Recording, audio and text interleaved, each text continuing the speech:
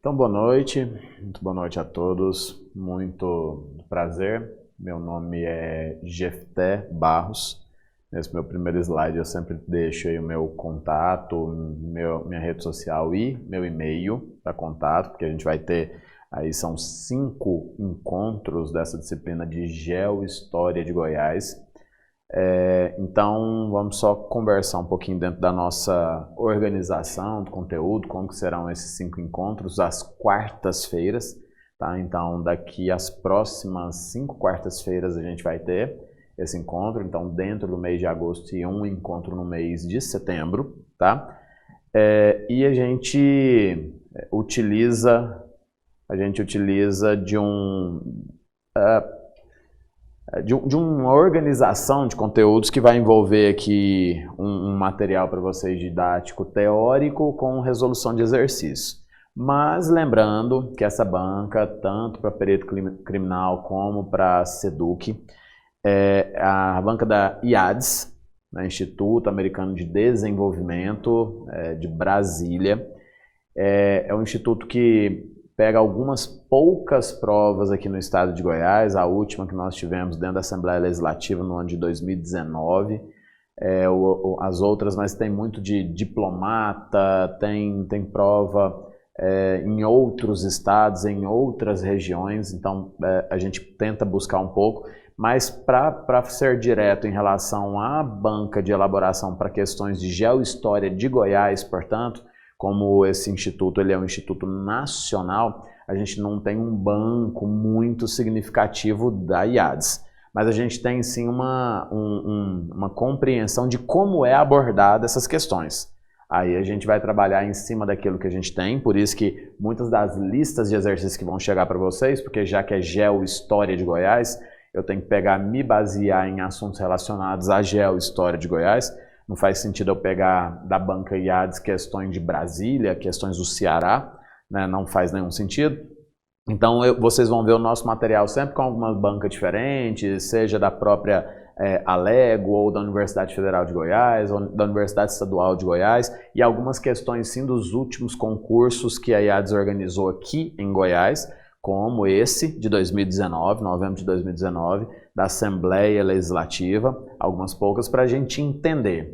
O que difere, para quem de repente já fez algumas provas de concurso aí, em casa e aqui, o que vai diferenciar às vezes é a quantidade de questões, que a IADES normalmente organiza uma prova de 5 questões de múltipla escolha, não 4, o que a Federal faz, a Universidade Federal de Goiás, ou outras bancas aqui que a gente está acostumado. Tá?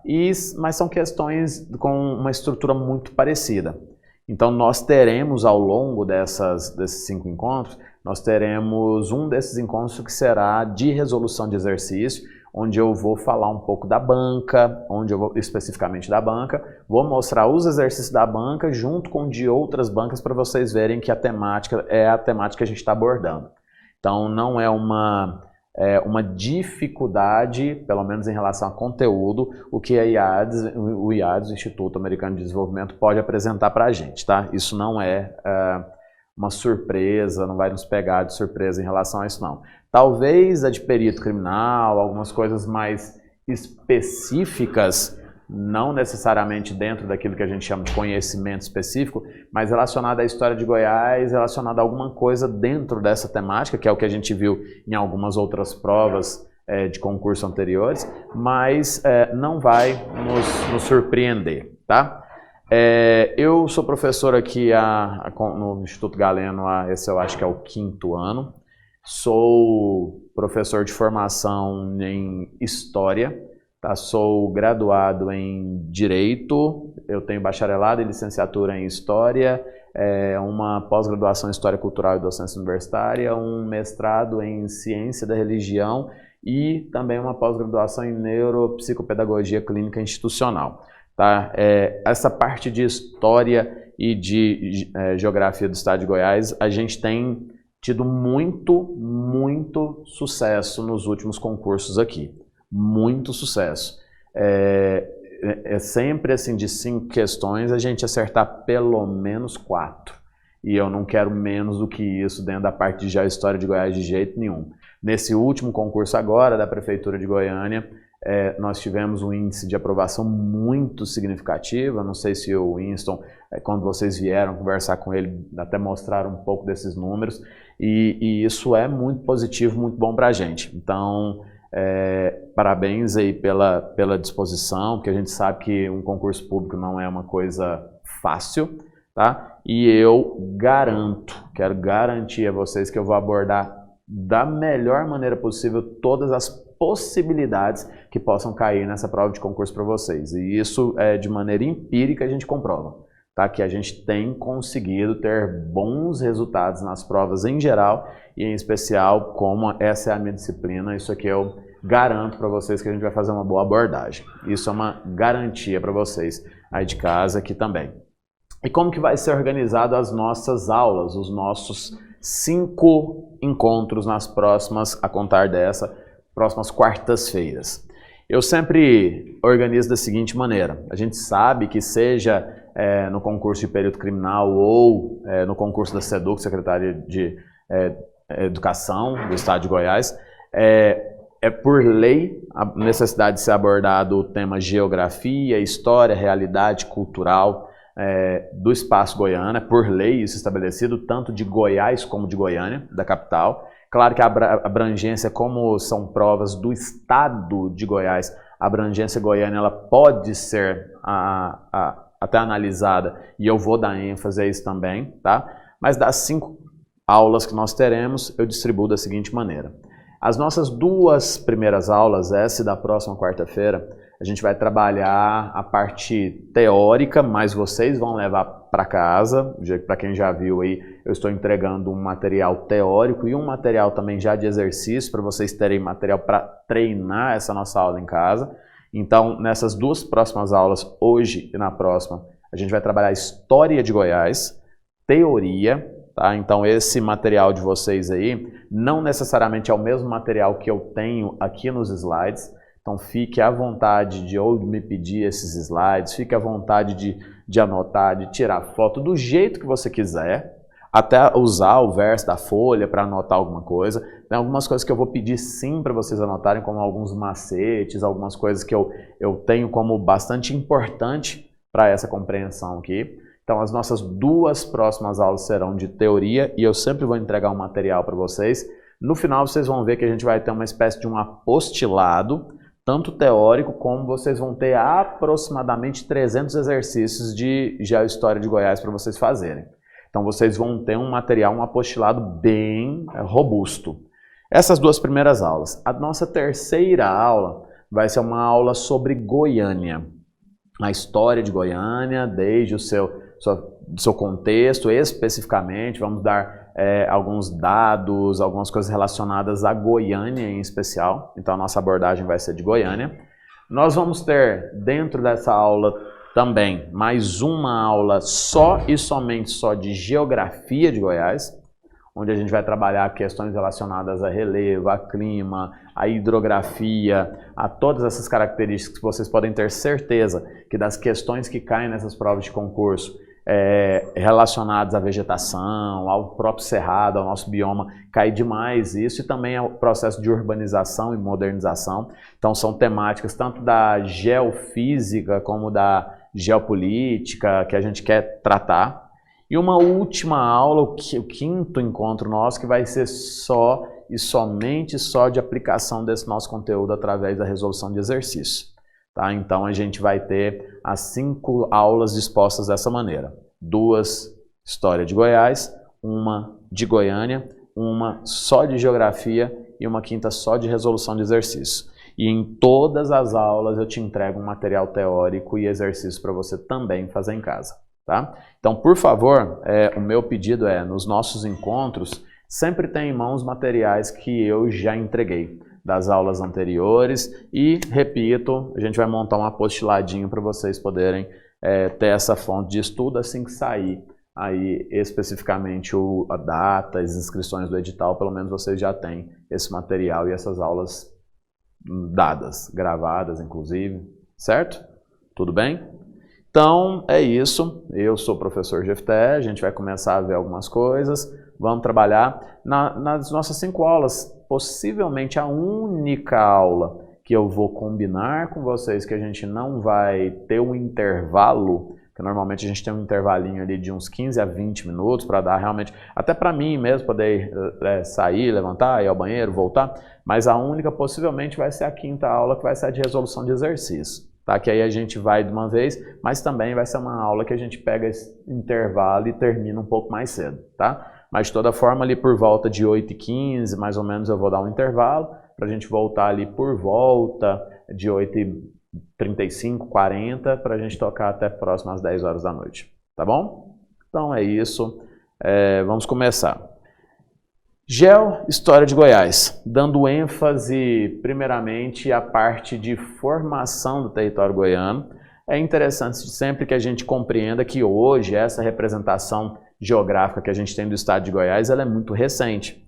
Essa estrutura, essas dimensões do estado de Goiás, que estão dispostas, inclusive, para vocês no material que foi entregue, em relação a dimensões, em relação enfim, relevo, algumas características gerais, essa dimensão ela foi consolidada apenas na Constituição de 1988, a nossa última e atual Constituição, né, promulgada em 5 de outubro de 1988, que define esse território, que define esse estado, com essas dimensões. Lembrando que é da Constituição de 1988 que se separa o território que antes era, hoje, o estado de Tocantins, em relação à parte sul do estado. Então, por isso, essa configuração é relativamente muito nova, tem aí quase 34 anos apenas. E esse Goiás do qual a gente vai tratar, ele foi perdendo território ao longo da sua história. Quando se forma, a primeira vez que a gente escreve o termo Goiás oficialmente, foi na Capitania de Goiás lá do ano de 1749, a gente vai falar dessa história toda, e o território goiano naquela época era a maior capitania que nós tínhamos no Brasil, que correspondia aos atuais territórios de Goiás, Tocantins, uma parte do Mato Grosso, uma parte do Pará, uma parte do Maranhão, uma parte da Bahia, o Triângulo Mineiro. Então pegava um território muito significativo. Então, ao falar de Goiás, repito, do ponto de vista histórico, essa dimensão territorial, esse tamanho é muito recente, não completou ainda nem 34 anos, tá? Temos aí algumas referências em relação a estradas, por aqui cortam algumas GOs muito interessantes, aqui, lembrando que as GOs e BRs, a gente vai falar disso principalmente quando estiver falando dessa estruturação e da construção de Brasília.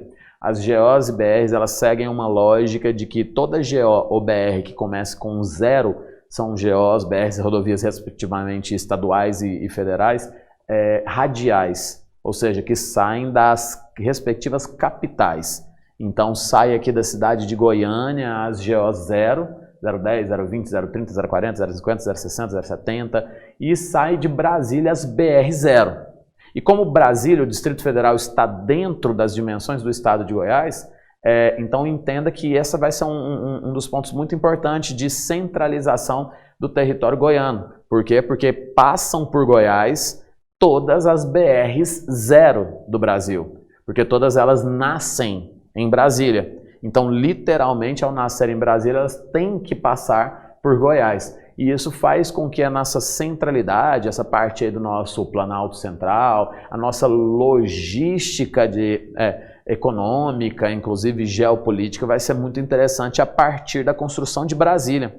Então, desses últimos anos, desde 1960 para cá, nesses 62 anos aí, a importância que se tem em Brasília vai muito além de trazer uma capital federal para cá, mas traz também toda uma centralização política, administrativa, econômica para Goiás, tá? Todos os caminhos que trazem a Brasília necessariamente têm que passar por Goiás. Então a gente vai falar muito dessa estruturação também. Aqui uma representação de relevos, né, em escala aí. Goiás está numa região de planalto.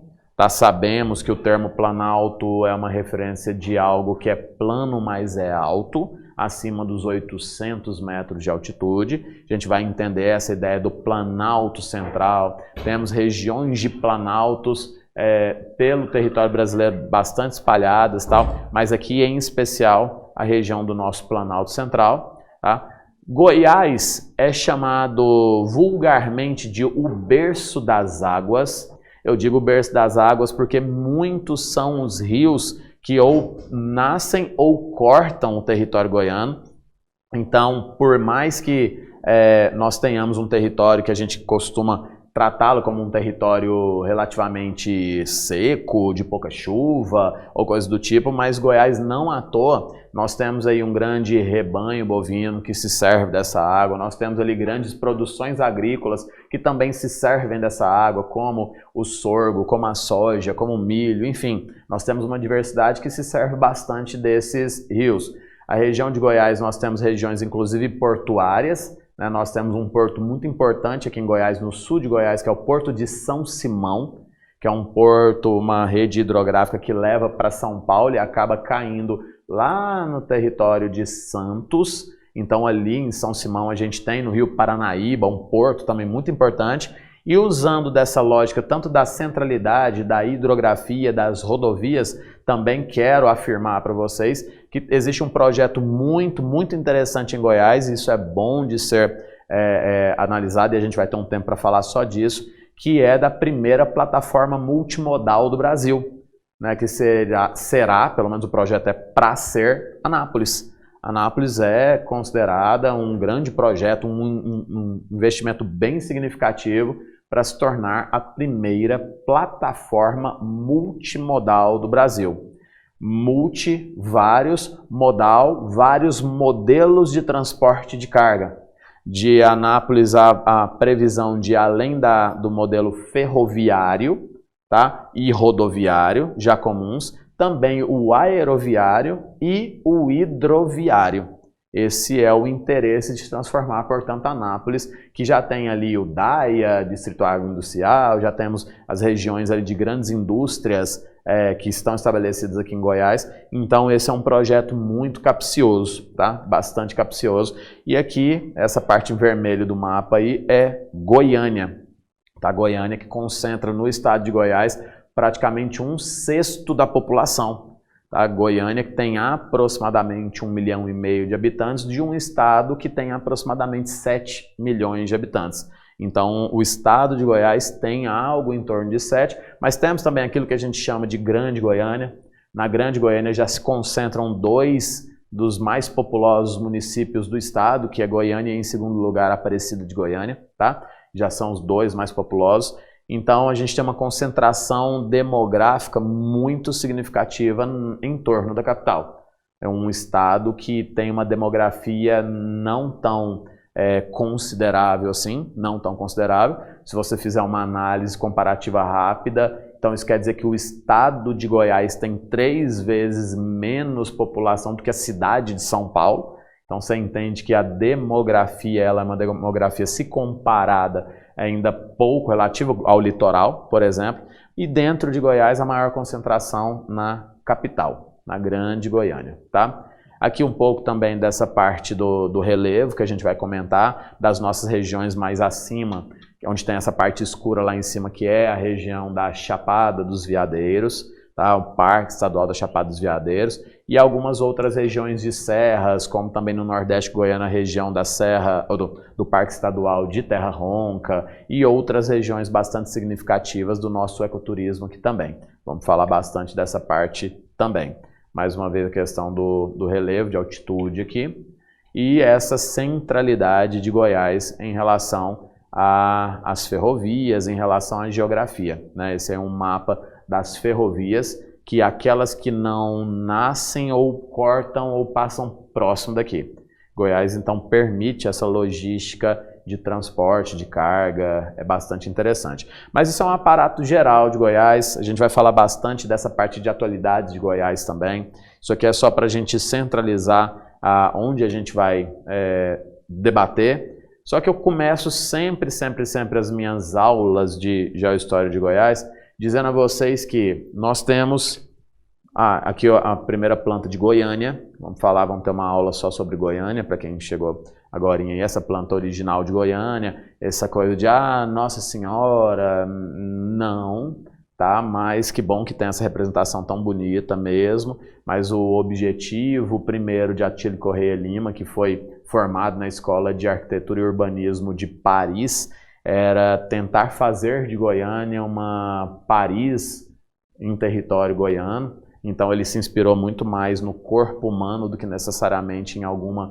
representação deísta ou sagrada, tá? Na verdade.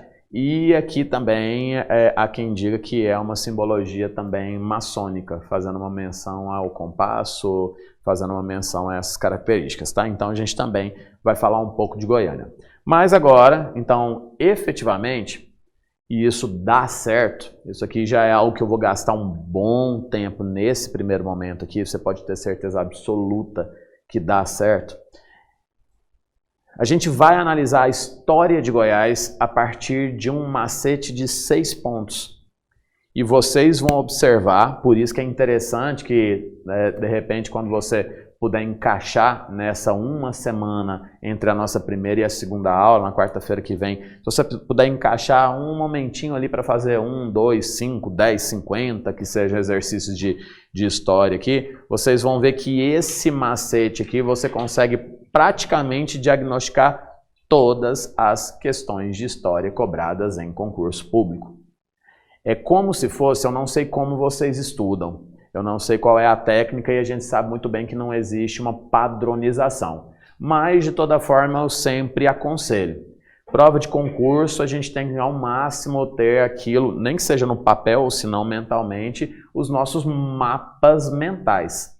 Está muito na moda falar de mapa mental, que é aquela estrutura de estudo onde você foca em palavras-chave e aquelas palavras te trazem ideias, compõem ideias. É como se fosse uma ramificação de conhecimento mesmo, tá? Então, baseando-se nisso, nos nossos mapas mentais, o nosso macete é pautado em 6 pontos. Então, prestem atenção nas palavras-chave que eu vou reforçar isso até o nosso último dia de aula. Então, vem cá. Primeiro ponto da história goiana. Século XVIII, mineração. Aqui a gente já começa a tratar nesse primeiro ponto, e isso aqui é só o macete, a gente não começou ainda a aprofundar, só para vocês entenderem o panorama geral. A gente já começa a falar no século XVIII da ocupação do território goiano. No século XVIII o Brasil ainda era uma colônia portuguesa, portanto o processo de ocupação de Goiás era ainda por conta dos colonos. Os primeiros europeus a pisarem aqui em Goiás não foram os portugueses, foram os espanhóis, que de acordo com a divisão entre Portugal e Espanha, um tratado chamado de Tratado de Tordesilhas, a região de Goiás ela ficava muito mais do lado espanhol do que do lado português. Então os primeiros a pisarem aqui foram os espanhóis, tá? E no século XVIII o que traz ocupação para a região de Goiás é a descoberta de metais preciosos nessa região, a mineração, que é fruto de uma atividade que a gente também vai falar, e isso faz muito parte da nossa história goiana, de uma atividade que é chamada de atividade bandeirante, o chamado bandeirantismo.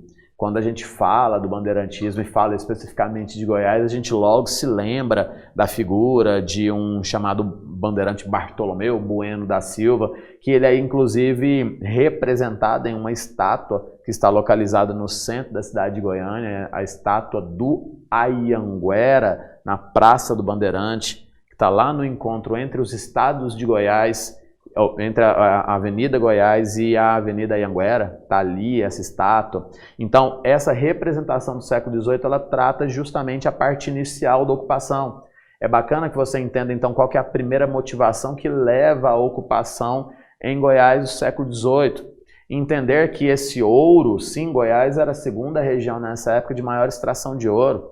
Entender que esse ouro ele foi efêmero, essa mineração foi efêmera. Foi intensa? Foi intensa, mas foi passageira. Ah, mas professor, e aí? Isso quer dizer o quê? Que foi intensa, mas foi passageira porque o nosso ouro esgotou, ele acabou? De forma alguma.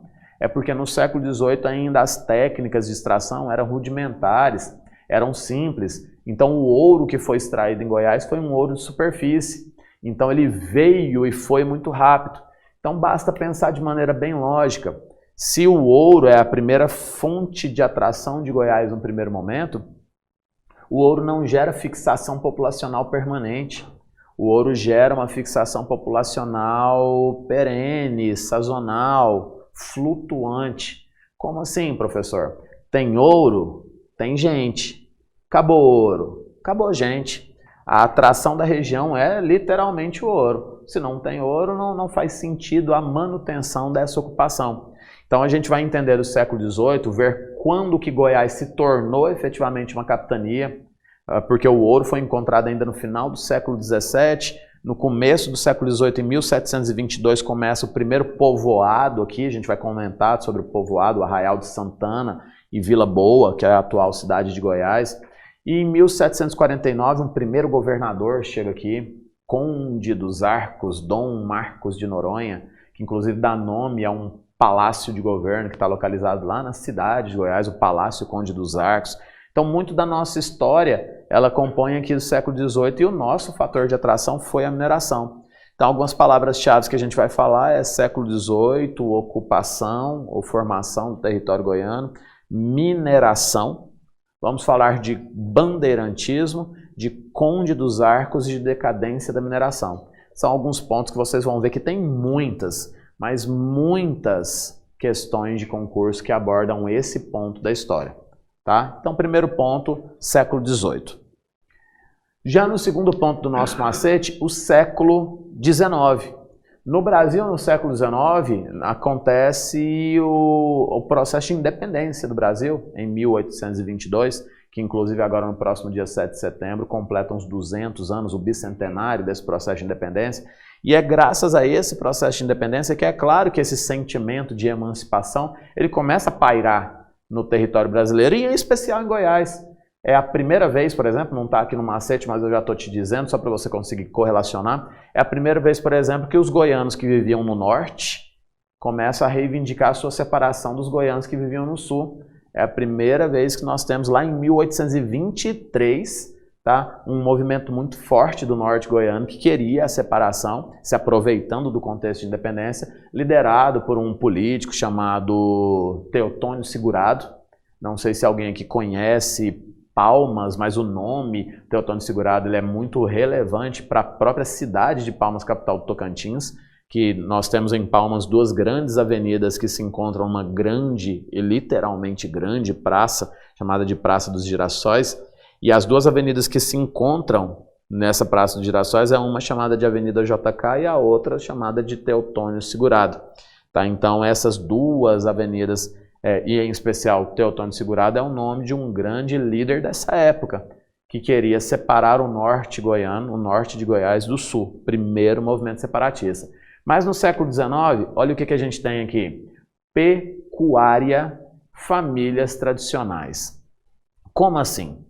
Mas professor, não é agricultura? Não, não é agricultura. Ah, mas hoje, a agricultura goiana, a agricultura nessa nossa região do estado de Goiás, ela ganha muita força a partir da década de 1970. Por quê? Porque tem uma característica aqui em Goiás, no solo do Cerrado, que o nosso pH é bastante ácido. Nós temos um solo muito ácido. E como o solo é muito ácido, foi só depois de vários estudos, através de um processo que é conhecido como processo de calagem, né, que a partir de então se coloca calcário, né, no solo para neutralizar ou diminuir essa acidez, que só a partir da década de 1970 que aí a agricultura literalmente começa a brotar com mais presença em Goiás. Ah, mas então quer dizer que antes não havia produção agrícola? Sim, mas uma produção agrícola mais tímida. Aqui em Goiás, em especial, num primeiro momento, era a pecuária no século XIX. Mas por que a pecuária? Por uma coisa simples. Há poucos minutos atrás eu mostrei um mapa hidrográfico de Goiás, mostrando para vocês que Goiás era chamado de o berço das águas. E o gado bovino, que foi esse gado que foi introduzido aqui em Goiás, ele precisava naquela época, porque era criado solto de forma extensiva, portanto com pouco investimento, ele precisava essencialmente de duas coisas para sobreviver: pasto e água. E Goiás era só pasto e água, modo de dizer, mas era só pasto e água. Então trazer esse gado para pastar e beber água nessas terras devolutas, pós-decadência da mineração, fez com que a pecuária surgisse como uma atividade complementar e uma atividade de sobrevivência. porque houve o declínio da economia mineradora e para suprir esse declínio aqui houve a criação de gado bovino. E em torno disso, porque houve um período no século XIX de decadência, a gente vai pautar isso inclusive em um grande autor goiano chamado professor Nars Fayad Chaú, que ele é uma grande sumidade quando o assunto é a história de Goiás aqui no nosso estado, professor já aposentado da UFG. O professor Chaú, ele afirma que esse período de decadência, né, o conceito de decadência em Goiás, que é atribuído ao século XIX, muito tem a ver com essa desesperança que se gerou em Goiás com o esvaziamento de várias cidades com o declínio da mineração. Por exemplo, no século XIX, na época da independência do Brasil, viajaram aqui para Goiás muitos naturalistas, muitos antropólogos europeus, um em especial, um francês chamado Saint-Hilaire, que ao passar por aqui, ele se espantou, porque as notícias eram, olha, você está indo para uma região que foi a segunda maior região de extração de ouro do Brasil. E ao passar por aqui, ele descreve, ele falou, mas que marasmo é esse? Tem igreja, mas não tem missa, o sino não toca às 5 horas da manhã, a população ela é tão selvagem como qualquer nativo, comem com as mãos, não usam talher, não tem, as famílias não têm uma composição tradicional, tem 2, 3 mulheres vivendo juntos com um só homem, ou seja, era uma estrutura extremamente, aspas, selvagem, porque a decadência deixada pelo declínio, né, o esgotamento das minas do ouro de superfície, faz com que viva-se um marasmo tão significativo que a pecuária, havia até uma piada na academia, há uma piada de estudo quanto a isso, que diz que o goiano ele só queria criar gado para ver esse bezerro crescer a ponto de puxar um carro de boi para fugir de Goiás. Era a única preocupação do goiano naquele momento. E esse estigma da decadência goiana, ele infelizmente é um estigma que atravessou o tempo, entrou no século XX com uma representatividade de Goiás, como se realmente Goiás fosse uma roça até hoje, e o máximo que ganhou foi asfalto, né? Uma roça asfaltada ainda. Quantos e quantos casos de pessoas, talvez vocês tenham casos pessoais aí também, para falar que uma certa vez alguém lá de tal estado me perguntou. Isso é muito comum. É algo que se forma na cultura goiana por conta dessa decadência, por conta desse marasmo que se formou. E a gente vai ver algumas imagens, inclusive de fotografias dessa época aí.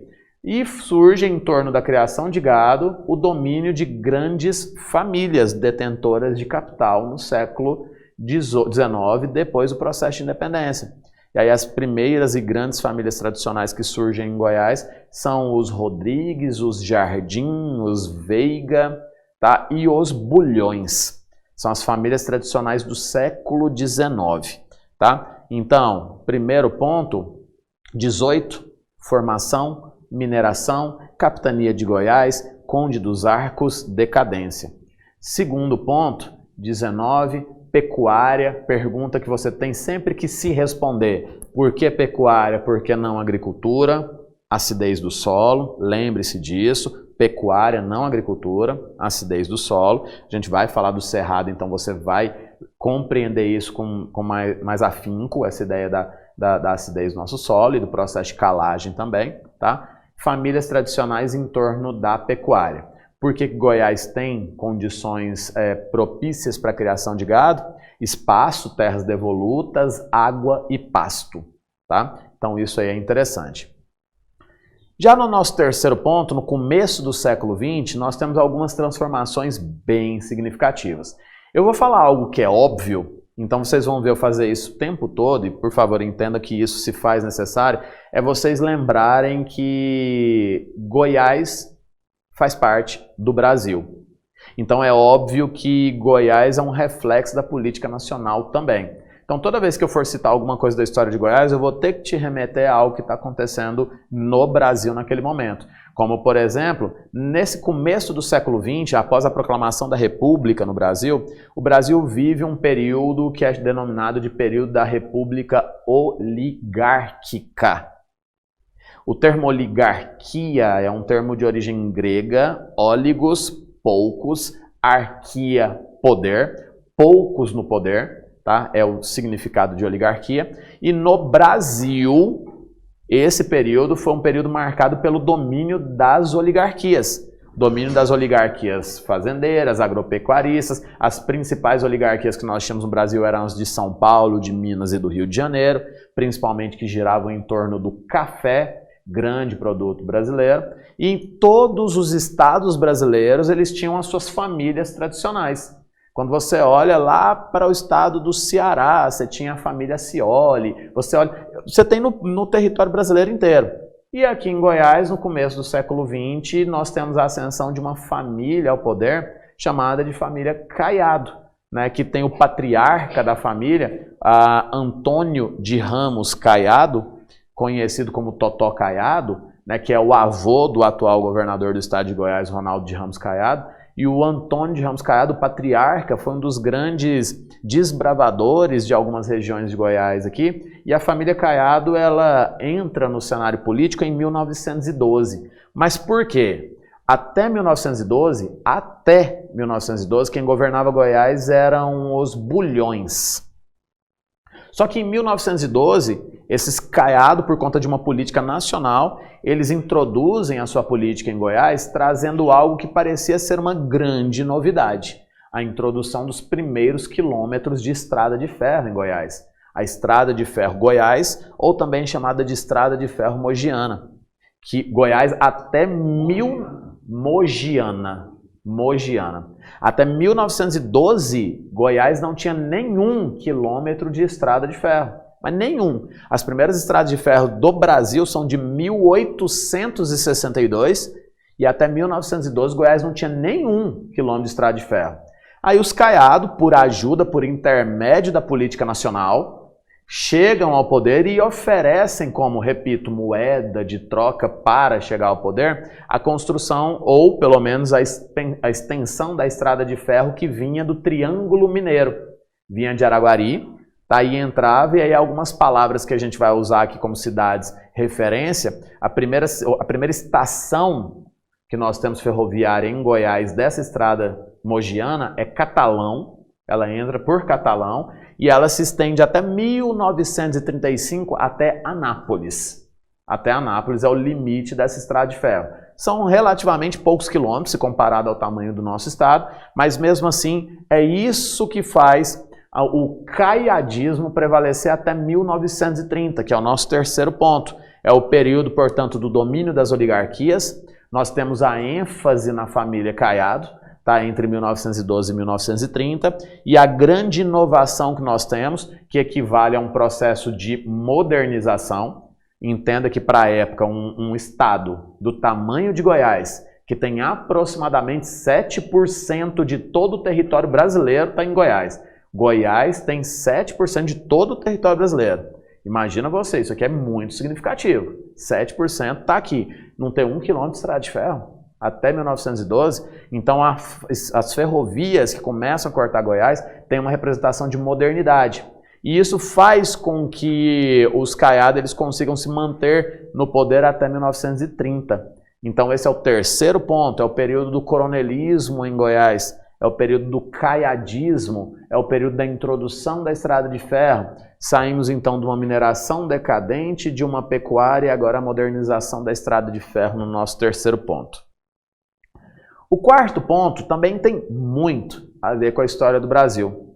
Porque em 1930 chega ao poder através de um ato revolucionário, e aí eu sei que é o Instituto de Brasília, o IADS, né?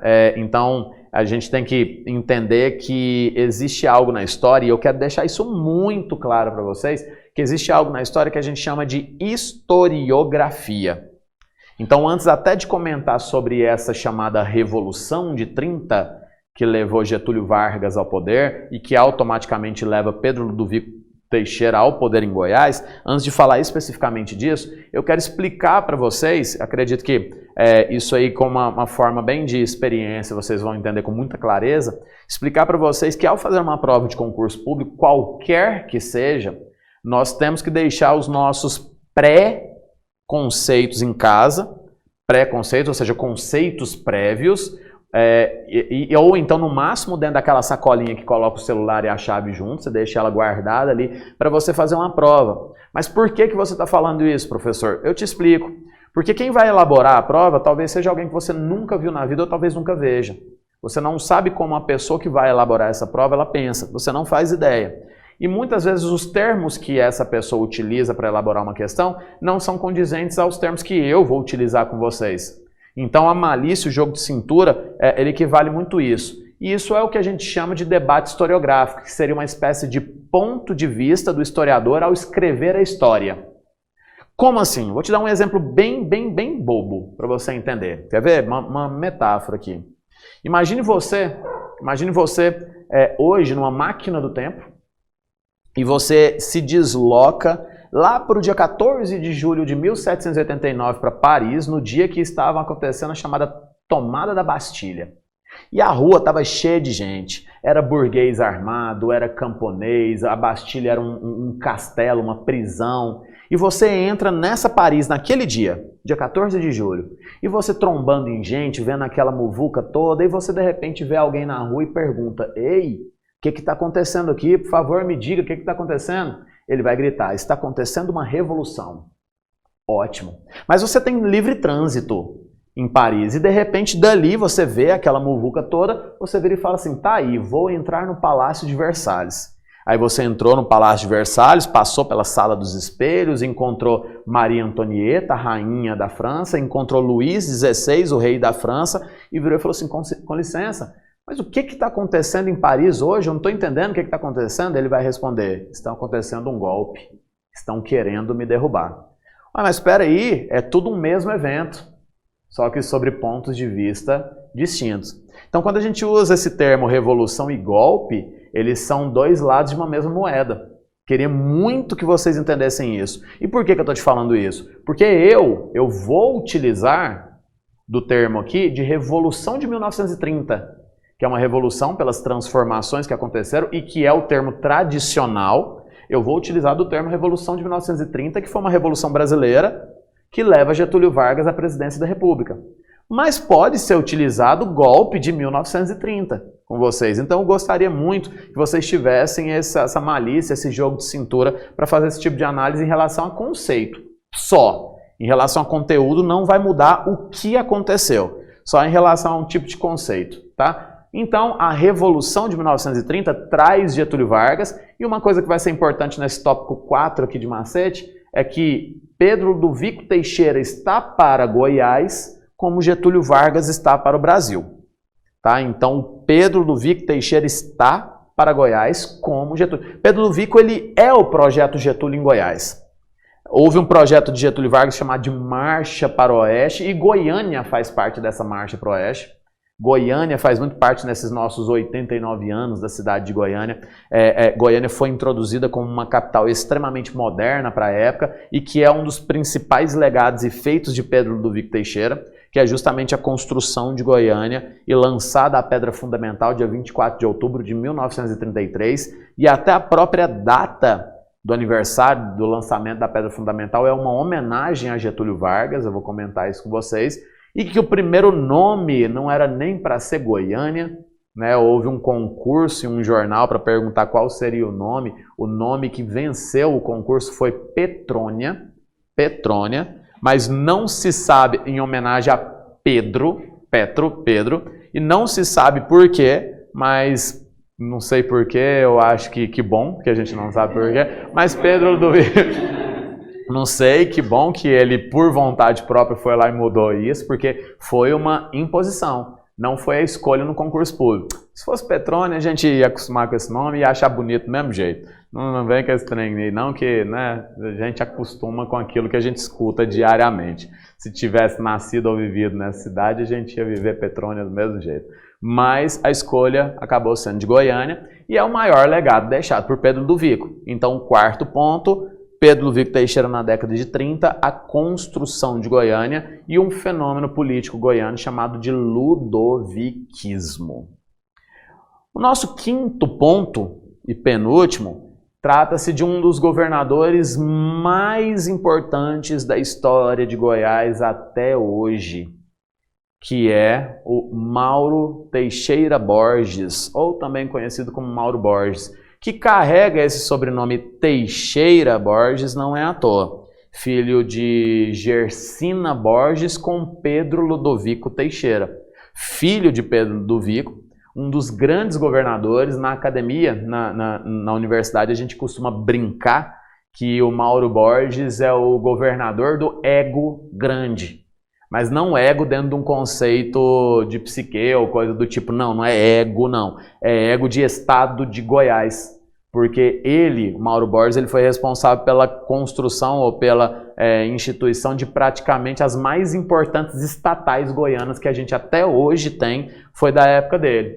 Você imaginar que pode ter sido criado, que viesse, você pensou em ego e água na sua cabeça, passou por Mauro Borges. É Metago, Iquego, Idago, Saneago, Ezefego, tudo passa pelo Mauro Borges. Tá? Então ele investiu muito em estrutura. Mas por que ele investiu muito em estrutura? Porque é a época da construção de Brasília e Goiânia precisava absorver aquilo que Brasília não estava absorvendo.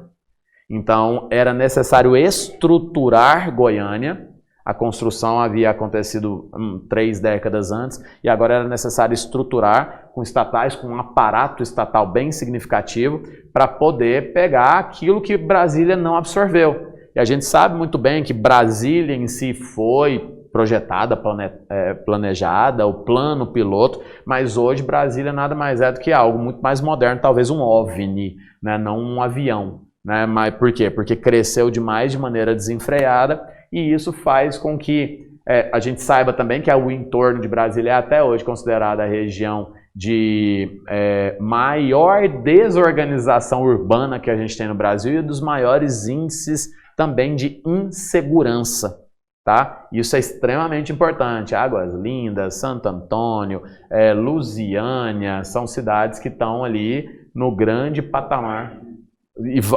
Valparaíso. Então são cidades que estão ali entre as mais violentas do Brasil, tá? Por conta justamente de ser uma terra que é considerada como efeito quase que terra de ninguém. Nem Goiás, nem Brasília DF, né? Então essa parte da construção de Brasília para Goiás faz muita diferença. Até porque, vamos lembrar, Brasília está dentro de Goiás. E por último, o que eu vou chamar de Goiás atual, e eu também gostaria que vocês entendessem que vai existir uma diferença aqui entre o que a gente vai chamar de Goiás atual e o que a gente vai chamar de atualidades. A gente trabalha Goiás atual, normalmente nós historiadores, e eu também já quero explicar isso para vocês, nós não temos tantas ferramentas didáticas dentro da disciplina História para trabalhar os últimos 15 anos. Nós não temos. Explico. Por que a gente não trabalha muito os últimos 15 anos, 15, 20? Porque é algo que a gente viveu. E a nossa visão sobre a análise, ela acaba sendo uma visão completamente influenciada por nossa vida mesmo, nossa vivência.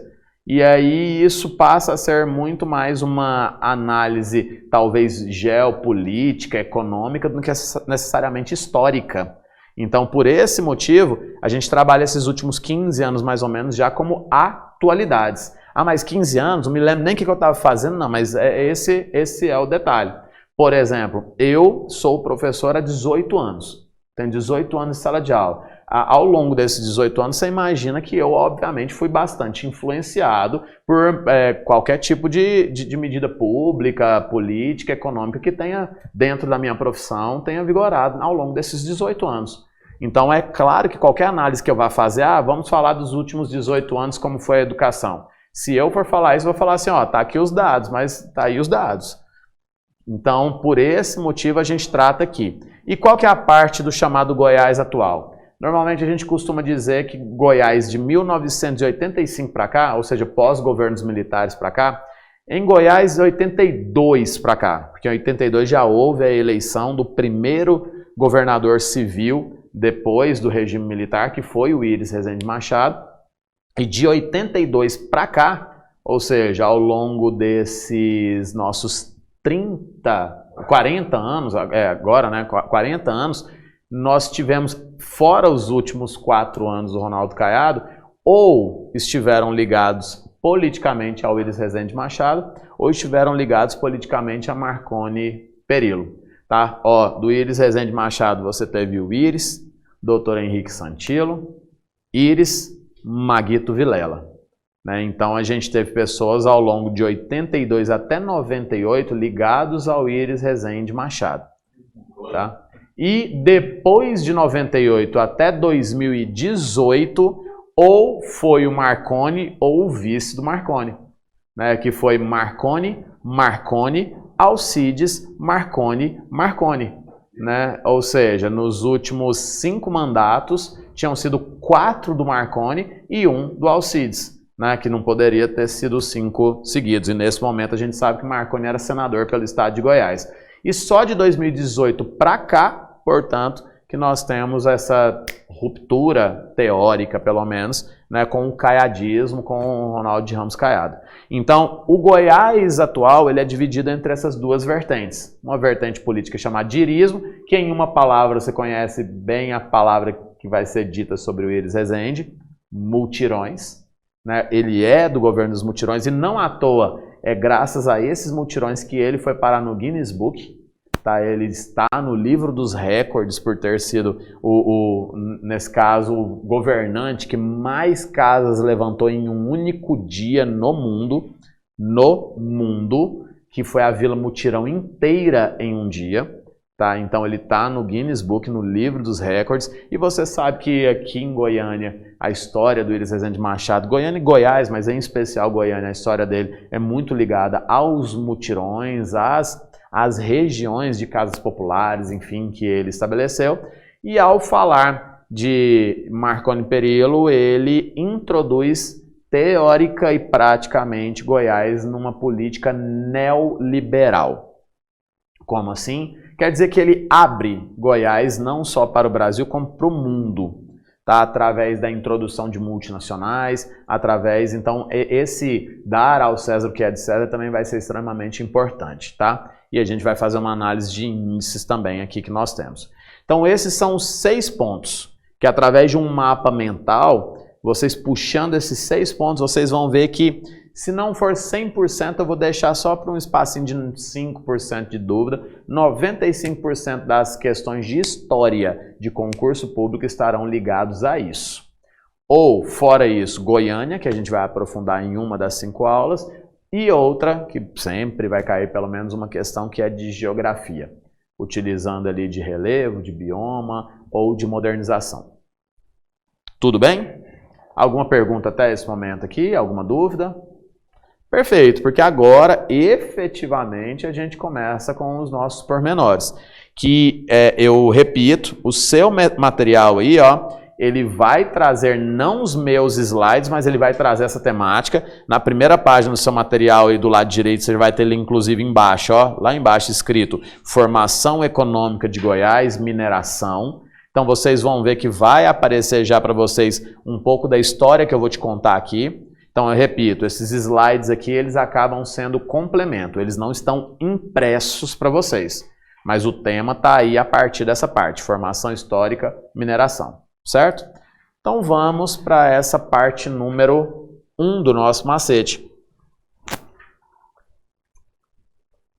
A ocupação do território goiano. No século XVIII, que é essa parte da mineração, o fluxo de pessoas para o interior do Brasil passa a ser bem significativo. Existia nessa época expedições que nós chamamos de expedições bandeirantes. Quem eram os bandeirantes? Homens financiados pelo capital privado, normalmente fazendeiros ou comerciantes, contratavam expeditores que normalmente eram pessoas corajosas, normalmente eram pessoas que já não tinham outras fontes de renda, então eram desprovidos de qualquer tipo também de educação teórica ou formação, tá? Então bastante rústicos, tá? E recebe o nome de bandeiras porque normalmente para identificar esses grupos, essas expedições, eles carregavam estandartes, bandeiras, com os brasões da família que os financiava.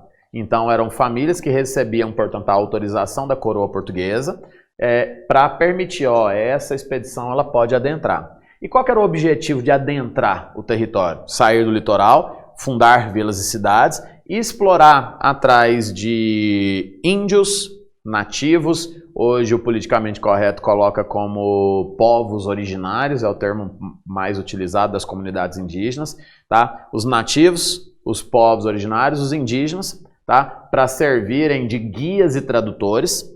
Porque já que eu estou indo para o interior, ninguém melhor do que alguém que conheça o território para servir de guia e tradutor, né? Para buscar escravos fugitivos, aqueles que nós chamamos de escravos quilombolas, e aqui a gente sabe que em Goiás formaram importantes quilombos, um em especial lá na Chapada dos Veadeiros, tá? Uma comunidade chamada Calunga, lá naquela região ali de Cavalcante. Mas tem outro que assim pouco se fala, mas que é uma das maiores comunidades quilombolas urbanas do Brasil, que está localizada em Aparecida de Goiânia. Tá? Então tinha uma comunidade quilombola urbana aqui em Aparecida de Goiânia, tá? Muito significativa também, ali próximo ao Parque Ibirapuera, no setor de Aparecida de Goiânia.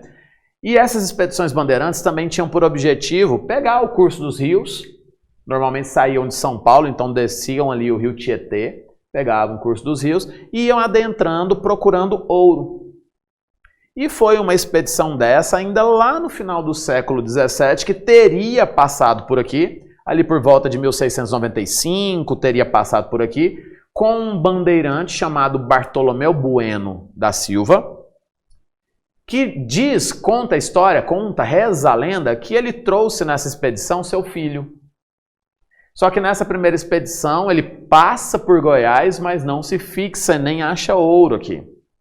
Anos mais tarde, em 1722, aquele filho, agora já homem, crescido, velho, Bartolomeu Bueno da Silva, filho, volta para essa terra. Não à toa, nós temos livros que tratam da história de formação goiana que chama Goiás de a Terra dos Bartolomeus, tá? Por conta do pai e do filho. E é o filho, Bartolomeu Bueno da Silva, filho, que em 1722 é responsável pela fundação do primeiro arraial em solo que hoje seria Goiás. Arraial, povoado, vila, cidade. Tá, então, arraial é a primeira forma de junção, de organização, de fixação. Formou-se um arraial, que é o arraial de Santa Ana, ou Santana, né? Avó de Jesus Cristo, né? Santa Ana. E o arraial se funda, portanto, ali às margens do Rio Vermelho. Aí vem aquela famosa lenda do Bartolomeu Bueno da Silva. Conta a história que ao chegar nessa região encontra grupos indígenas com penduricalhos que já comportavam ouro, alguma coisa do tipo, e dentro daquela expectativa de achar ouro, ele teria dito para um nativo que estava ao seu lado, ó, digam a eles que se não me disserem onde encontrar esse ouro, eu vou atear fogo no rio deles. Conta que eles riram, né? Falaram, mas onde que esse é doido? O que é isso? O fogo na água? Mas a água apaga o fogo? Você é doido? Riram. E ele, como velhaco que era, foi lá e pegou uma cuia, pegou cachaça, colocou nessa cuia, ateou fogo e os índios, sem saberem do que se tratavam, se debruçaram e começaram a gritar: Anhanguera, Anhanguera, Anhanguera, Anhanguera. Que significa, na tradução, diabo velho. Diabo velho. Velho porque ele já era idoso, diabo porque é só o demônio para colocar mesmo fogo na água, como eles imaginavam que estava acontecendo. Um termo, então, muito referente à nossa história goiana, né? A Avenida Anhanguera, que passa pela Praça do Bandeirante, faz uma referência àquele bandeirante que está lá exposto, que é o próprio Bartolomeu Bueno da Silva, que teria sido responsável, então, pela fundação do Arraial de Santana, depois Vila Boa. Até hoje, quem nasce, vive, mora na cidade de Goiás, vamos lembrar que o termo Goiás velho também não é um termo politicamente correto, porque o velho aqui refere-se à época da fundação de Goiânia, né, que Goiânia era o novo e moderno, Goiás era o velho e arcaico, tá? Então é pejorativo o termo, mas quem nasce na cidade de Goiás até hoje é chamado de Vila Boense. E Vila Boense fazendo uma menção à Vila Boa, atual cidade de Goiás, tá? No período da mineração, a sociedade é urbana, negra e tem alto custo de vida. Alto custo porque está longe do litoral e o seu abastecimento é dificultoso. Então os produtos chegam aqui de maneira bastante inflacionada. Negra porque a base da mão de obra mineradora é a mão de obra escrava negra de origem africana. E urbana porque por mais que a mineração ela se dê no mato, na zona rural, mas ela traz um fluxo tão grande de pessoas que não vem só por causa da extração de ouro. Vem para poder vender seus produtos e ganhar ouro em troca, para prestar seus serviços e ganhar ouro em troca, ou seja, que acabam enchendo as cidades e surgem núcleos muito interessantes. Os primeiros grupos de pessoas que aqui vão se fixar, senhores, estão fixados principalmente em duas regiões de serra em Goiás. A Serra Dourada, que ganha esse nome depois de se encontrar ouro ali naquela região, próxima à cidade de Goiás, cidade ali de Mossâmedes, e a Serra dos Pirineus, que aos pés dela, cidades tais como Corumbá, Pirinópolis, acabam também sendo pontos muito importantes de extração aurífera, tá? Até então, Goiás fazia parte da capitania de São Vicente. Capitania de São Vicente, atual capitania, ou capitania de São Paulo, ela dominava territorialmente o que a gente chama de capitania de Goiás e capitania do Mato Grosso. Tudo era São Paulo. Em 1749 que houve o desmembramento.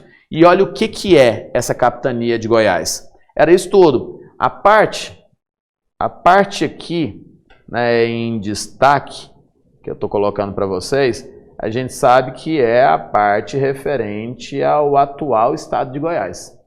Essa é a parte do atual. Então, olha o que Goiás não, aspas, perdeu ao longo de sua história. Essa capitania de Goiás, portanto, ela é uma capitania que foi criada, administrativamente falando, por um regimento real da coroa portuguesa no ano de 1749. Tá? Não existia capitania de Goiás ainda. Então, a primeira vez que num documento oficial aparece o termo Goiás para uma capitania é a partir de 1749. De 1722 a 49, Goiás nada mais era então do que uma extensão da capitania de São Paulo. Tá? E em Goiás, em 1749, a coroa portuguesa cria a capitania de Goiás para melhor administrar, para focar mais em sua fiscalização.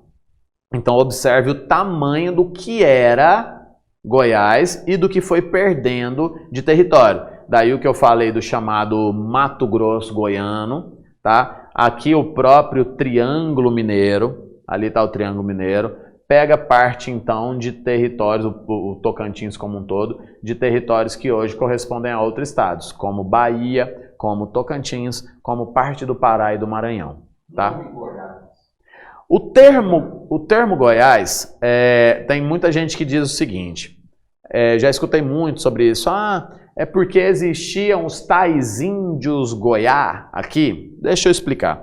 Os índios que viviam aqui às margens do Rio Vermelho, eles eram de um tronco linguístico. No Brasil a gente tem alguns troncos linguísticos. Deixa eu começar. O termo índio é um termo genérico. É um termo preconceituoso que não leva em consideração a heterogeneidade dos grupos indígenas.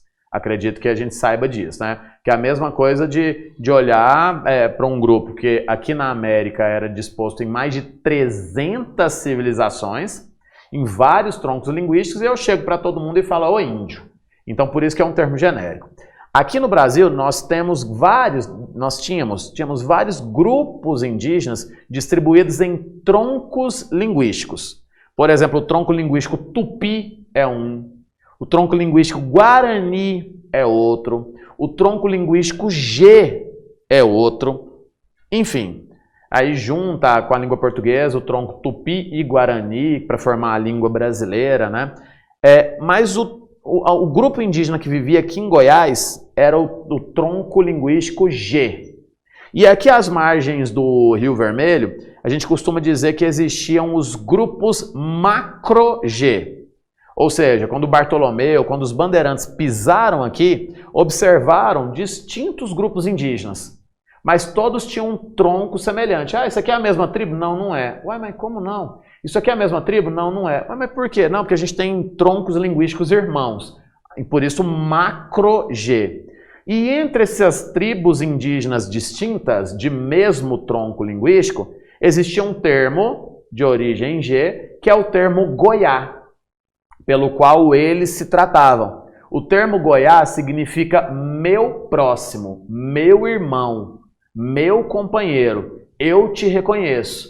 Então, quando eles pisaram aqui e viram essas distintas tribos, e eles viam se tratando por Goiá, Goiá, Goiá, Goiá, meu Goiá, meu Goiá, meu Goiá, meu Goiá, pronto, a tribo dos Goiás, né? Ou seja, várias tribos indígenas de tronco linguístico G que viviam harmonicamente. Por isso o termo Goiá e daí o termo Goiás. Aqui em Goiânia, inclusive, nós temos um bairro que faz uma menção à própria nomenclatura e também à própria pronúncia da época, que é o bairro Goiá, né? Que é de onde vem o termo que mais tarde vai ser dos índios goiáses. E aí daí Goiás, tá? Mas então, daí vem o termo Goiás. Continuando. Aqui em 1749, então, criada a Capitania de Goiás, tá, com o objetivo de melhorar a fiscalização. E aí, naquele momento, o rei de Portugal envia para cá, em 1750, o rei de Portugal era um rei chamado Dom José I de Bragança, e ele envia para cá, tá, um Dom Marcos, um conde, Dom Marcos de Noronha, que, portanto, vai receber a nomenclatura de Conde dos Arcos, ou Conde d'Arcos, tá, que vai ser o nosso primeiro governador geral. Então, a partir da criação da nossa capitania, Dom Marcos de Noronha, portanto, se torna o nosso primeiro. E ele é uma referência. Eu repito que qualquer um de nós que formos até a cidade de Goiás, lá na famosa Praça do Coreto, na cidade de Goiás, na hora que você estiver no Coreto, olhar para a rua direita, lá onde tem a igreja, você olhar aqui para o seu lado direito, você vai ver um palácio do governo que é chamado de Palácio Conde dos Arcos. Né, que você faz um turismo guiado ali dentro, inclusive. Uma vez por ano, o governo do estado de Goiás se transfere para lá como uma homenagem à primeira capital de Goiás. Se transfere na época do aniversário da cidade de Goiás. Então, ali foi criada a Capitania de Goiás e faz uma referência, portanto, essa figura que é o Dom Marcos de Noronha. Mas eu já quero te mostrar geograficamente algo para você ir pensando. Com licença, eu vou voltar para esse slide, mas deixa eu voltar aqui rapidinho para mostrar para vocês uma coisinha. Olha onde é a capital de Goiás. Vila Boa, cidade de Goiás, que foi capital até a construção de Goiânia.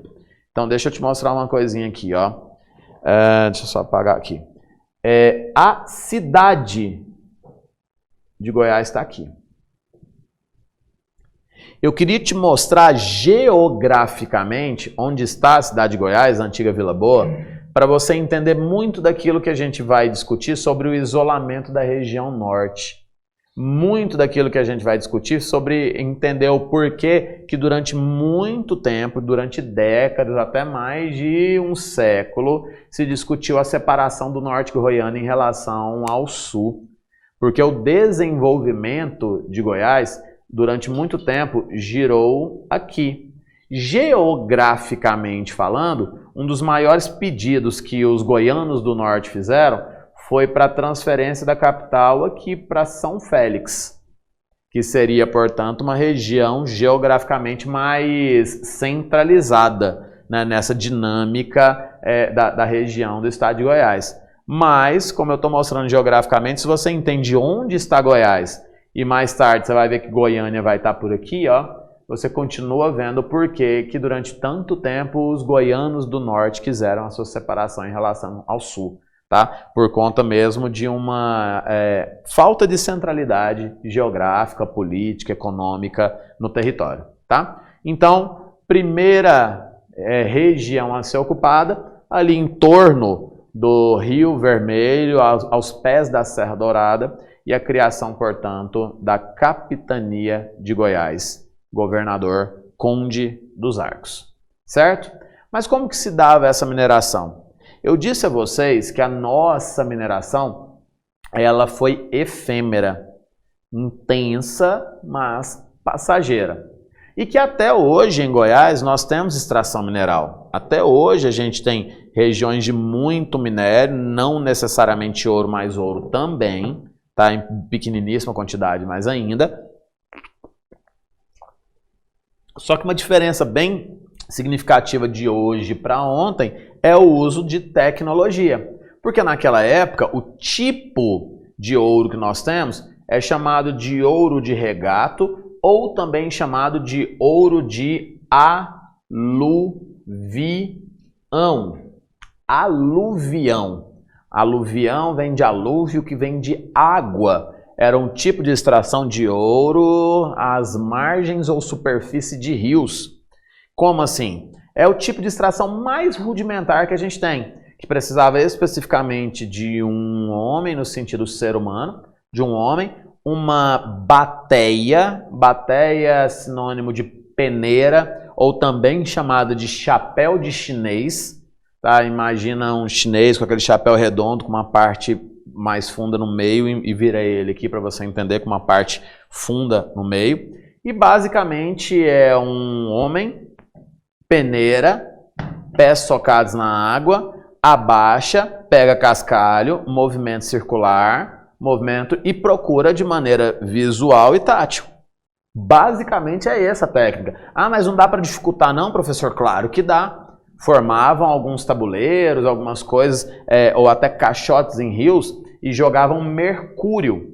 Porque o mercúrio é um metal pesado e aí em relação à densidade, né, o mercúrio ele faz com que aquilo que seja menos denso boie, no caso o ouro, as pedras ficavam no fundo. Agora você imagina, peraí, mas mercúrio é metal pesado? É escravo mexendo nisso? Então não é à toa que vocês já podem compreender que o preço do escravo ele era muito mais significativo. Primeiro por conta da distância em relação ao litoral, e automaticamente esse escravo vai vir da África, então ele tem que chegar no litoral, porque se paga frete por esse escravo, mas também tem um outro detalhe. O fato da expectativa de vida do escravo na mineração ser baixíssima. O escravo ele tinha uma média de vida útil, quando eu digo vida útil, tempo de trabalho, entre 7 e 10 anos de trabalho. Era o máximo que ele conseguia aguentar de trabalho. Ou ficava aleijado, ou morria por pneumonia, por ter que trabalhar 12 horas por dia debaixo de um sol quente ali, sem nenhum tipo de proteção. Normalmente ele vai trabalhar, se não nu, tampando no máximo suas vergonhas. Por quê? Porque ele não vai trabalhar com coisa com muito bolso para poder roubar ouro ou contrabandear. Esse era um dos medos que se tinha. E ele estava ali, ó, 12 horas, um sol quente, numa água gelada, um choque térmico, problemas como pneumonia era muito comum, mexer com metal pesado era muito comum, péssima condição de higiene, o constrangimento diário do escravo era terrível, porque diariamente era aquele baculejo, que inclusive com introdução de mãos, porque corria o risco do escravo carregar, né, porque ele quer a sobrevivência, ele quer fugir, comprar a liberdade, colocar o ouro na região anal vaginal. Todo santo dia o escravo era obrigado a tomar uma espécie de óleo quente para incitar o vômito, para ver se ele não tinha engolido. Todo santo dia o escravo era obrigado a fazer suas necessidades fisiológicas e enfiar a mão nas fezes para mostrar que não tinha ouro no meio das fezes. Então, assim, é uma situação extremamente degradante o trabalho. Degradante. E como essa extração ela é uma extração tátil e visual, por esse motivo eu repito que o ouro esgotou muito rápido. Não porque não tenha, e sim porque a técnica era rudimentar. Certo? Então tá aqui, ó, encontra-se em veios d'água e tabuleiros, bancos de areia que se formam no meio da corrente, a concentração principalmente naquelas regiões ali, e o trabalho era escravo e o incentivo à exploração com vistas, logicamente, ao maior lucro. Quanto mais se explora o escravo, maior é o lucro de quem o tem. Essa era a lógica, tá? Aqui, ó, um pouco da concentração. Isso aí a gente vai ter uma aula só para falar quais foram as cidades principais que surgiram no século XVIII, no século XIX, por causa da pecuária, no século XX, pela estrada de ferro. Então a gente vai comentar sobre isso, mas está ali, ó, Santana, Ouro Fino. Então dá destaque para duas aqui, ó, Santana e Meia Ponte. Santa Ana, que vai virar Vila Boa, cidade de Goiás, e Meia Ponte, que é o nome de Pirinópolis. tá? Então essas duas em destaque aí são duas cidades de grande conhecimento da gente aí, ó. Então grande fluxo migratório, mas como eu disse, completamente flutuante a população que vem para cá, tá? Então essa aqui a gente vai trabalhar um pouco dessa ocupação ao longo do tempo. Aqui, ó, é só, não precisa copiar nada disso aqui, mas é só uma referência do livro do professor Nars Fayad Shaul, onde ele comenta justamente sobre as péssimas condições de trabalho dos escravos. Uma vez disponibilizado esses slides para vocês fiquem à vontade de ler isso aqui, mas só para vocês terem uma noção de quão degradante era a situação do escravo na mineração, tá? Então isso aqui é muito mais aqui, né, como eu disse, né, mais ou menos 10 anos de trabalho nas minas era a expectativa útil de vida desses escravos. E aqui alguns impostos que eram cobrados na região da mineração em Goiás. Por exemplo, a captação, que era um imposto pago pela quantidade de escravos que você tinha. Era um valor fixo. Se você tem 10 escravos, você paga 10 vezes X. Tem 50 escravos, 50 vezes X, era um valor fixo. A média desse valor fixo era de 17 gramas de ouro por cabeça de escravo. Era uma média. E o quinto, que é, sem sombra de dúvida, o imposto mais conhecido, porque o próprio nome dele faz uma menção direta a uma fração. O quinto real equivalia a 1/5 de tudo que se extraía, ou seja, 20% de tudo que se extraía ia para a coroa portuguesa numa forma de pagamento de imposto. Tá? Então o quinto é um imposto bastante conhecido. E tão conhecido, mas tão conhecido, que alguns termos começam a aparecer através daí também. Por exemplo, a carga tributária era muito significativa.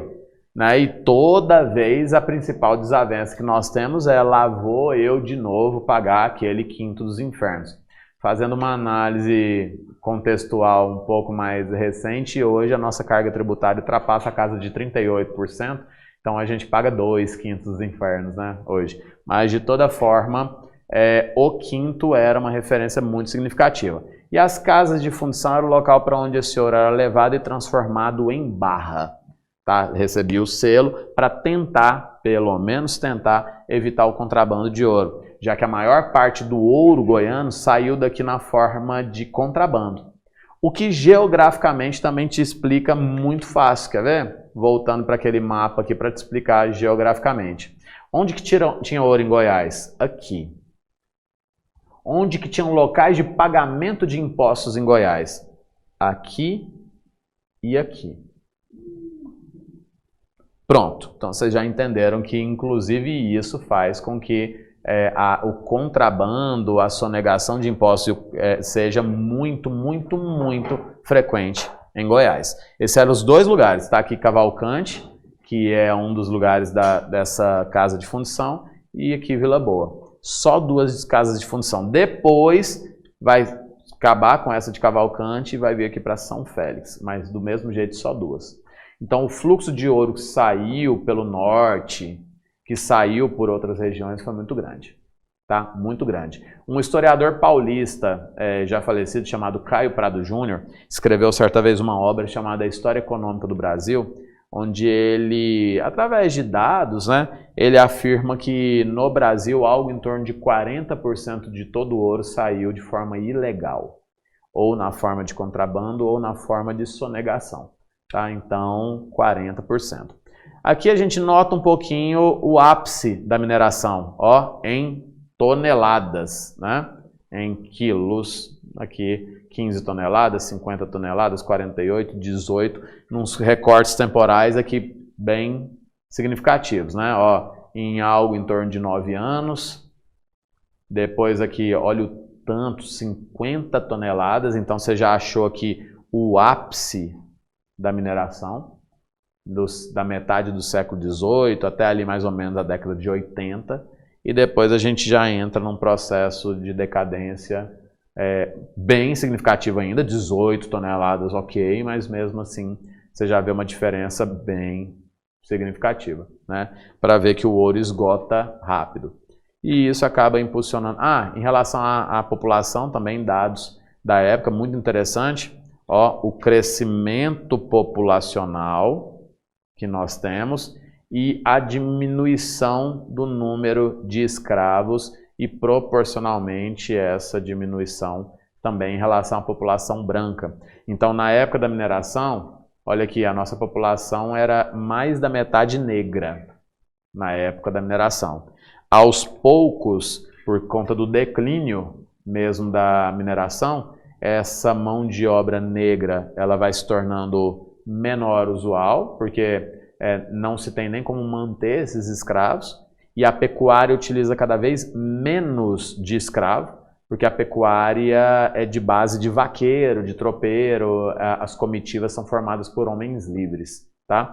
Para você ter uma ideia, eu vou até aproveitar só essa pegada, eu vou chegar a falar disso, inclusive, depois desse nosso intervalo, mas a abolição da escravidão no Brasil é da Lei Áurea de 13 de maio de 1888.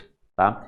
Em Goiás, no dia da Lei Áurea, no 13 de maio de 1888, o número de escravos que nós tínhamos no território inteirinho de Goiás não chegava a 5.000 escravos. Que tá, não, poxa, professor, mas 5.000 é um número absoluto alto, mas é um número relativo baixíssimo. O que demonstra que a nossa dependência da mão de obra escrava em Goiás, ela foi reduzindo até só as poucas pessoas ainda da elite goiana ali por volta da abolição da escravidão, que ainda tinham muitos escravos domésticos. Era a maioria dos escravos goianos, eles eram domésticos, tá? Então a nossa dependência em relação à escravidão, ela vai diminuindo drasticamente, substancialmente com o tempo. E aqui, por quê? Muitos escravos? Sim, a mineração ela é de base negra africana, mas conforme a mineração entra em declínio, o número de escravos automaticamente declina também. Certo? Tudo bem? Então, aqui ó, um texto também do professor Nars Fayad Shaul, que fala desse conceito de decadência. Basicamente, ele diz o seguinte, que não se pode falar de decadência, porque para haver decadência tem que ter tido apogeu. E Goiás sempre manteve um padrão. Então, assim, não foi igual Minas Gerais. Então, ele debate um pouco esse conceito no livro História de Goiás, do professor Shaul. Tem dois outros escritores que são importantes também. O professor Rômulo Ribeiro, que por um acaso é filho do professor Shaul, e um padre espanhol que viveu durante muito tempo em Goiás e morreu aqui, inclusive, que foi professor da Universidade Católica de Goiás, o padre Luiz Palacim. O padre Luiz Palacim, junto com a professora doutora Maria Augusta, eles escreveram uma obra fantástica sobre a história de Goiás, chama-se História de Goiás, que vai da formação até 1972. O padre Luiz Palacim, ele faz uma análise, é um livro de capa amarela, que é maravilhoso. Se um dia vocês tiverem a oportunidade de achar esse livro, pela editora UCG, Universidade Católica de Goiás, do padre Luiz Palacim, é um livro de história de Goiás bastante importante, tá? Então são alguns nomes relacionados à nossa história. Aqui também do professor, tá? Então, daqui a pouco, a gente vai para o segundo ponto do nosso macete. Hoje a gente vai trabalhar ainda o segundo e o terceiro pontos, para deixar o quarto, quinto e sexto ponto para a semana que vem. Então vai, 8h25, 8h40, no máximo 45 a gente está de volta, tá? Pode ser? Então podem ir lá, até agorinha.